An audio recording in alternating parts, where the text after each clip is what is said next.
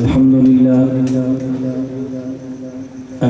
لله وحده لا شريك له والصلاة والسلام على من لا نبي بعده أما بعد فأعوذ بالله من الشيطان الرجيم بسم الله الرحمن الرحيم محمد رسول الله اللهم صل على محمد وعلى آل محمد كما صليت على إبراهيم وعلى آل إبراهيم إنك حميد مجيد اللهم بارك على محمد وعلى آل محمد كما باركت على إبراهيم وعلى آل إبراهيم إنك حميد مجيد۔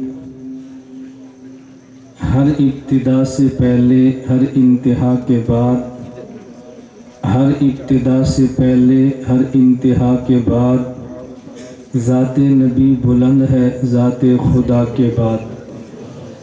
دنیا میں جس قدر احترام کے قابل ہیں لوگ، دنیا میں جس قدر احترام کے قابل ہیں لوگ، میں سبھی کو مانتا ہوں مگر مصطفیٰ کے بعد صلی اللہ علیہ وسلم۔ معزز علماء کرام، میرے نہایت واجب الاحترام بزرگوں، مسلک اہل سنت والجماعت احناف دیوبند سے تعلق رکھنے والے نوجوان دوستوں اور بھائیوں، میں نے آپ حضرات کی خدمت میں قرآن کریم کی نہایت مختصر تلاوت کی ہے، محمد الرسول اللہ، جس کا ترجمہ ہے حضرت محمد صلی اللہ علیہ وسلم اللہ کے آخری رسول ہیں۔ آخری کا لفظ میں نے ذکر کیا ہے تو اس کی وضاحت بھی میرے ذمہ ہے کہ میں آخری کیوں کہہ رہا ہوں۔ حضرت محمد صلی اللہ علیہ وسلم اللہ کے آخری رسول، سب کو ہو، اگلا جملہ آپ لے کہہ رہے ہیں آخری رسول۔ جب میں کوئی لفظ کہلواتا ہوں تو اس کا مطلب یہ نہیں ہوتا کہ میں آپ کی داد کا محتاج ہوں، کیونکہ آپ نے مجھے نہیں چلانا، میں نے آپ کو چلانا ہے۔ عالم انجن کی طرح ہے، سامعین ڈبوں کی طرح ہوتے ہیں۔ ڈبے انجن کو نہیں چلاتے، انجن ڈبوں کو لے کر چلتا ہے۔ تو میں جب کوئی لفظ کہلواتا ہوں تو اس کا مطلب یہ ہے کہ میں نے کوئی خاص بات سمجھانی ہے۔ حضرت محمد صلی اللہ علیہ وسلم اللہ کے آخری رسول ہیں۔ جب ہم یہ بات کہتے ہیں حضور اللہ کے آخری رسول ہیں تو بعض لوگ اس کو ہمارے عقیدے کے خلاف پیش کرتے ہیں کہ اہل سنت والجماعت احناف دیوبند کا عقیدہ ہے اللہ کی ذات ہر جگہ پہ، اور اللہ کے پیغمبر مدینہ منورہ اپنی قبر اطہر روضہ مبارک میں۔ جب ہمارا عقیدہ یہ ہے کہ حضور اپنی قبر میں، تو پھر تم یہ ترجمہ کیوں کرتے ہو کہ حضور اللہ کے رسول ہیں؟ یہ اشکال کیوں کرتے ہیں؟ وہ اپنا عقیدہ پیش کرتے ہیں کہ اللہ کے نبی ہر جگہ پہ ہیں۔ دلیل یہ کلمہ طیبہ ہے کہ حضرت محمد اللہ کے رسول ہیں۔ میں وہ بات کہتا ہوں جو براہ راست مجھ سے ہوئی، تیری آپ کا عقیدہ یہ ہے کہ حضور مدینہ میں ہے، ہمارا عقیدہ ہے ہر جگہ ہیں، تو آپ ذرا کلمہ پڑھیں۔ میں نے کہا لا الہ الا اللہ محمد الرسول اللہ، ترجمہ کریں اللہ ہی معبود ہیں اور حضور اللہ کے آخری رسول ہیں۔ کہا جی ہیں نا؟ میں نے کہا جی ہیں۔ کہنا یہاں ہیں تو تبھی آپ ہیں کہتے ہیں، اگر یہاں نہ ہوتے آپ ہیں کیوں کہتے؟ میں نے کہا میں آپ سے پوچھتا ہوں کہ ہمارا قبلہ وہ کیا ہے؟ کہا جی ہمارا قبلہ کعبہ ہے۔ میں نے کہا اپنی زبان سے کہو ہمارا قبلہ کعبہ ہے۔ کہتے جی ہمارا قبلہ کعبہ ہے۔ تو میں نے کہا کعبہ یہاں بھی ہے؟ کہا جی نہیں ہے۔ میں نے کہا یہاں نہیں ہے، کعبہ مکہ میں ہے، تو آپ کیوں کہتے ہیں کہ کعبہ ہمارا قبلہ ہے؟ کہتے ہیں اس کا مطلب یہ ہے کہ کعبہ تو مکہ میں ہے مگر قبلہ یہاں سے بھی کعبہ ہے۔